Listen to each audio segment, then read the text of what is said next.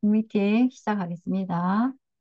나는 질병 없이 살기로 했다. 여러분도 지금 읽고 계시죠? 네, 반응해주면 좋아요. 네. 자, 읽고 계시는데, 자, 그 다음에 나는 질병 없이 살기로 했다. 라고 얘기하는데, 그 전에 이제 제가 그런 이야기를 드리고 싶어요.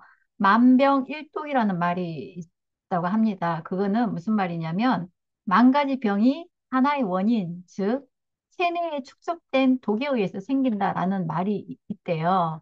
예, 그런 것처럼 우리가 그냥 가볍게 생각했던 어떤 그런 그 독성 물질이 내 몸에 들어오게 되면 1단계부터 7단계까지 우리 여기가 있잖아요. 그러면 결국은 우리가 지금 질병이 7단계 이거는 그러니까 나는 질병 없이 살기로 했다라고 하는 이 부분이 뭐냐면 림프에 관련된 이야기예요. 림프를 통해서 독소를 배출시켜주는 그 과정에 대한 이야기를 하는 건데 결국은 림프계라는 거는 면역 체계와 깊은 연관성이 있대요. 예, 그래서 내 몸에 해로운 신진대사 물질, 노폐물, 이물질, 세포 잔해물을 처리하는 역할을 하는 게 림프계라고 합니다. 그래서 이 하비 다이몬드가 뭐라고 얘기했냐면은 인간의 몸은 스스로 복구하고 치료하고 스스로 유지하는 강력한 기능을 가지고 있는데 우리가 경고음을 계속 끊임없이 보내는데 SOS 계속 우리한테 보내는데 그것은 결국은 내가 민감하게 알아차리고 그러면서 내 몸을 다시 건강한 상태로 돌릴 수 있다. 그래서 내 몸에서 들려오고 있는 그런 경고음은 정말 감사하게 생각을 해라라고 그 얘기가 있었어요. 그래서 미병에 집중하라라는 그 이야기를 이제 하비 다이몬드가 했습니다. 그래서 이제 질병이라는 거는 결국은 뭐냐면은 내가 그동안에 내 몸을 너무 학대하고 무시한 그런 결과다라고 해서 더 이상 방치하지 말고 변화시키라는 몸의 경고라고 했습니다. 그래서 여기에 보게 되면 1단계에서부터 7단계까지 이 과정이 있잖아요. 우리가 대사라고 얘기하게 되면은 아주 건강한 상태에서 내가 병이 얻어지기까지 그 중간에 그 여러 가지 대사 증후군이라는 그를 우리가 경험을 하게 되잖아요. 그거는 뭐냐면은 내 몸에서 소화하고 흡수하고 그런 과정에서 일어날 수 있는 여러 가지 어떤 안 좋은 증상들 그런 것들을 보고 우리가 대사 증후군이라고 얘기를 하고 그걸로 인해서 병을 얻게 되는 것을 대사 질환이라고 얘기를 하는 거죠. 네, 그래서 첫 번째 이제부터 한번 알아볼게요. 자, 첫 번째, 이렇게 이제 7단계가 쭉 있는데, 이게 너무 보기가 힘들죠? 자, 여기에 보게 되면, 첫 번째 단계가 뭐냐면, 무기력증 해갖고, 여기에 독소로 인한 에너지 고갈이 되고, 피곤하고, 밥맛이 없고, 짜증이 나고, 신경질적이고, 자주 뒤척인대요. 예. 우리가 내 몸에, 우리가 독소라고 얘기를 하게 되면, 어떤 게 우리가 독소라고 생각할까요? 어떤 게 있을까요? 그냥 뭐, 우리가 생각하기에 안 좋은 거, 환경 호르몬이라든지, 또 뭐냐면은 또 뭐가 있을까? 뭐 술, 뭐 담배, 그냥 정말 말 그대로 우리 몸에 해로운 것들, 어떤 그런 것도 있는데, 어, 제가 2단계에서 또 얘기를 드릴게요. 어쨌건 그런 독소, 안 좋은 것들이 이렇게 그 들어오게 되면, 아, 내가 너무 피곤하고 식욕이, 이렇게 저기 뭐지, 밥맛도 없고 되게 귀찮아. 그리고 수면과 휴식도 되게 필요하지만, 아, 아무것도 하기가 싫어라고 하는 것들 여러분들 한번 경험해 보셨죠? 그럴 때 진짜 손끝 하나, 발끝 하나도 이렇게 꼼짝하기가 싫어라고 얘기를 하는 이 단계가 1단계 무기력증이 오는 단계입니다. 그래서, 이때는 보게 되면 음식에 대한 어떤 욕구를 최선을 줄여갖고 에너지를 최소화할 수, 그러니까 소화 기능에 쓸 수 있는 그런 에너지를 최소화하게 할 수 있는 부분을 이제 도와줘야 돼요. 예, 그래서 이게 이제 1단계고, 그 다음에 독혈증이라고 얘기하는데, 혈독, 우리가 혈독이라고 얘기하면 돼요. 저는 이거 이제 이렇게 하면서 좀 관련된 자료라든지 이런 것도 좀 들어보게 되고 유튜브 영상도 좀 보게 되고 하고 했었는데 혈독이라는 게 결국 우리가 있잖아요. 분노, 화내고 긴장하고 그다음 우울하고 원통한 그런 감정들 있죠. 그런 것들이 피 속에 독으로 남는데요. 예. 그리고 우리가 왜 이제 개고기 같은 거 이런 걸 왜 사람들이 왜 몸보신으로 개고기 먹는다라고도 하고 하잖아요. 핏째 먹는 그 동물에 예를 들어서 동물이 죽을 때 엄청나게 스트레스를 갖고 그리고 분노로서 죽게 되겠죠. 그러면 그 해로운 물질이 피 속에 남아 있을 거 아니에요. 그래서 동물들이 죽으면서 나오는 그 두려움과 분노, 피 속에 녹아 있다라는 거죠. 결국은 개고기를 먹는다는 거는 결국은 핏째로 먹는 게 개고기래요. 예, 그래서 먹는 게 좋지 않다라는 거. 그래서 피를 먹는다는 거는 혈독을 먹는다라는 뜻이고요. 그리고 우리가 수술을 하잖아요. 수술을 하게 되면은 피가 산화가 된대요. 공기랑 노출되게 되면 피가 산화를 하게 되고 우리가 또 수혈을 받게 되는 거죠. 그러니까 이게 다른 사람의 피를 수혈을 받고 하잖아요. 이제 응급 상황이 됐을 때 그거 같은 경우도 결국은 그 수혈을 하는 그 피 자체가 죽은 피라고 얘기를 하더라고요. 그래서 피 관리를 잘 해야 된다라는 거.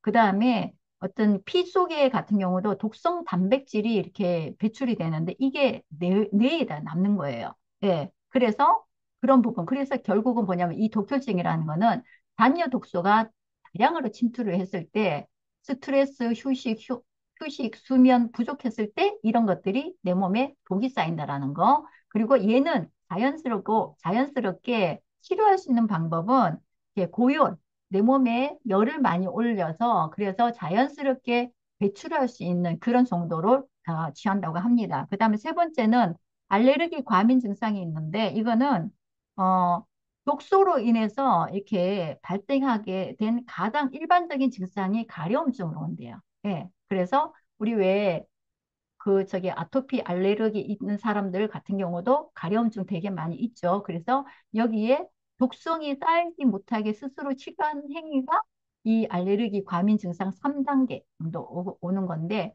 속이 메스껍고 콧물이 나고 눈물이 나고 몸이 막 흥분하고 어느 한쪽이 묵직하고 막 쪼여오고 그리고 잠도 잘 못 자.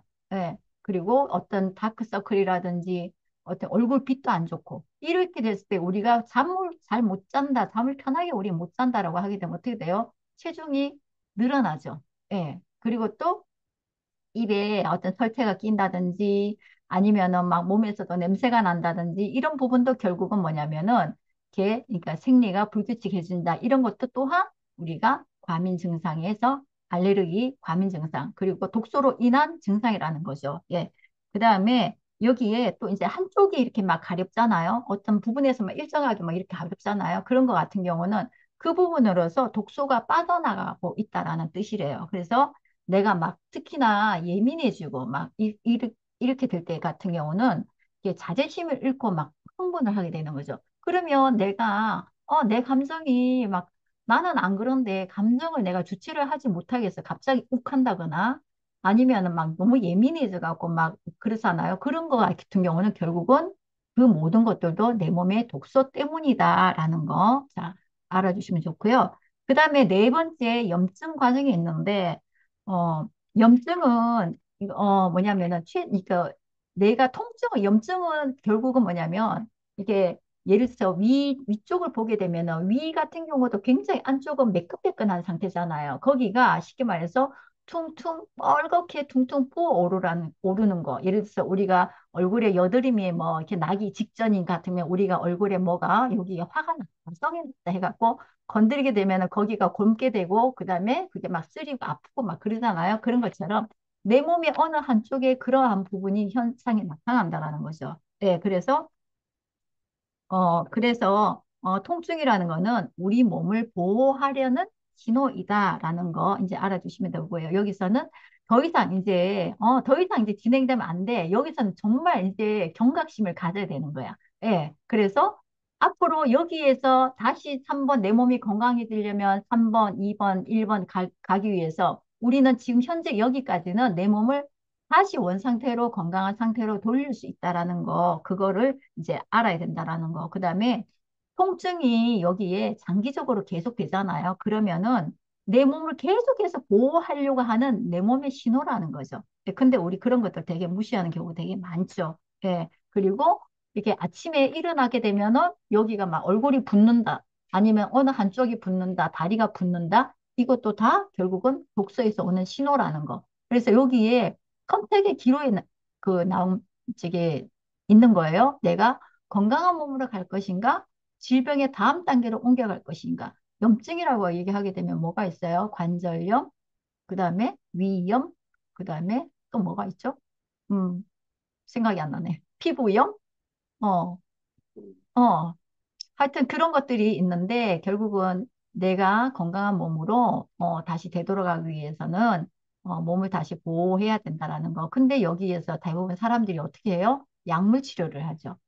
우리가 드럭 먹으라고 해갖고 그 약으로 어떤 생겨날 수 있는 약물 강도라고 하나? 하여튼 그런데 약물로 인한 강도의 어떤 그거를 드럭 먹으라고 얘기를 하는데 약물이 결국은 들어옴으로 해서 결국은 내 몸이 다시 독소로서 가득하게 되어버리는 거예요. 예, 그래서 감당할 수 없는 것가 되기 때문에 여기에 보게 되면 피부염, 건선, 루푸스, 두통, 위염, 식도염, 장염, 이 누구나 하나씩 다 가지고 있죠. 야, 그러면 지금까지 1번에서 4번까지 보게 되면 나는 지금 현재 몇 번을 내가 가지고 있지? 라는 거를 한번 체크를 한번 해보세요. 자, 그 다음에 이제 염증의 단계가 지나게 되면은 5번 궤양이 생깁니다.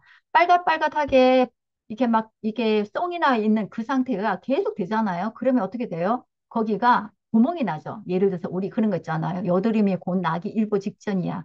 근데 막 쓰리고 아파. 그런데도 불구하고 계속 손으로 대고 하게 되면 어떻게 돼요? 결국은 거기가 염증이 생기면서 어떻게 돼요? 나중에 그게 이제 안에 막 붉어져 갖고 터져 나오지도 않고 안에서 막 굼게 되고 하는 거잖아요. 예, 그래서 그런 것들이 이제 궤양이라고 이제 하는데 여기 보게 되면은 피부나 점막이 헐어서 구멍이 난 상태를 이제 이야기하는 겁니다. 그래서 신경세포를 건드려서 종종 심하게 고통스럽다라고 얘기하는데 여기에 위궤양, 구내염 같은 경우도 입안에 구내염이 생기면 어떻게 돼요? 약간 볼록하게 올라왔다가 결국은 그게 터져버리죠. 그래서 입안에 궤양이 막 이렇게 생기는 경우들 되게 많죠. 근데 이때는 보면은 독소의 수준이 아직은 그래도 낮은 거예요. 그래서 궤양은 스스로 사라진다라고 얘기합니다. 자, 그다음에 보게 되면 6번 병화증이라고 있는데 병화라는 거는 딱딱하게 됐다라는 뜻인 거죠. 그래서 우리가 이제 뭐 예를 들어서 간염 같잖아요. 그러면 간에 염증이 생겼다라고 하는데 그게 조금 더 진행이 되게 되면 간경화가 되는 거죠. 간이 딱딱하게 된 상태인데 종종 암으로도 잘못 이렇게 오인되는 경우가 되게 많이 있어요. 그래서 이때는 결국은 격리라는 거죠. 이제 더 이상은 얘를 더 이상 확산시키면 안 돼. 독소를 확산시키면 안 돼라고 해서 내 몸에서 다른 장기로 퍼져 나가는 걸 방지하기 위해서 안간힘을 쓰는 게 이 경화증이라는 거죠. 결국은 내 몸에서 독소도 들어오지 않고 더 이상 그 부위에는 독소도 들어오지 않고 내 몸에서 영양도 아니 독소가 이렇게 더 이상 퍼지지 않고 내 몸 안으로 영양도 들어오지가 않는 거예요. 결국은 완전하게 격리시키는 그 단계 독성 덩어리가 이 경화증이라고 나오거든요. 자, 그 다음에 7번 같은 경우는 암 당뇨라는 게 있어요. 자, 이 최종적으로 이게 가고 있는 게 더 이상 이게 우리 몸은 뇌의 통제를 받고 있는 거죠. 그러니까 뇌의 통제를 계속 받으면서 나한테 계속 신호를 보내오고 하고 하는데 나는 그래도 계속 무시하고 그냥 내가 뭐 이렇게 조금만 이렇게 피곤하면은 병원에 가서 내가 주사 맞고 약 먹고 아니면은 조금 이제 자다가 일어나고 뭐 그렇게 하다 보면 몸이 또 괜찮아졌다가 좋아졌다가 우리가 그거를 계속 방치를 하고 있는 거예요. 결국은 이 암이나 어떤 당뇨라는 거는 병을 얻게 된 거죠. 치매, 고혈압, 파킨슨 이런 거 같은 경우는 내가 나의 몸이 벌써 어쩌면은 짧게는 1년 아니면은 그 10년 정도 까지도 내 몸을 혹사시킨 결과가 이렇게 암이나 어떤 질환으로서 나타난다라는 거. 예, 그래서 미친 세포가 된다는 거예요. 여기 보게 되면 미친 세포가 되는 거죠. 이거는 뇌의 통제를 받지 않기 때문에 결국 미쳐버린 거였죠. 예, 근데 이거는 우리 몸이 따로따로 여기는 여기에서 딱 도려내면은 뭐 회복이 되고 여기서 도려내면 회복이 되고 그게 아니라 우리 인간의 몸은 서로 연관성을 가지고 있고 장기들이 서로 보호하고 도려해요. 그래서 아직까지도 식이요법으로 충분히 치료할 수 있다라는 거. 자, 그래서 우리가 또 많이 그 하는 게 뭐냐면 대증요법. 증상만 치료하고 본인을 제가 하지 못하는 약물 치료라든지 어떤 수술이라든지 그리고 제가 최근에도 유방암 걸리신 분 봤는데 유방암의 림프절까지 같이 도려내는 경우도 있잖아요. 그러니까 유방을 다 절제를 하면서 그렇게 되니까 한 곳에 유방암이 생기지 않은 다른 쪽에 보게 되면은 많이 부어요. 예. 그거는 림프절이 부어 있다라는 거는 그곳에 내 몸을 치유하기 위한 그 과정 속에서 암과 싸우고 있다라는 뜻이거든요. 예, 그래서 또 약물 투여는 또다시 독소가 돼서 내 몸을 공격을 합니다. 그래서 당신을 구해줄 수 있는 건 결국 당신 몸이다라고 얘기를 하거든요. 자, 이렇게 해서 1번에서 7단계까지 들어갔는데 여러분들은 이 단계에서 몇 번에 해당하는지 한번 생각을 해보세요.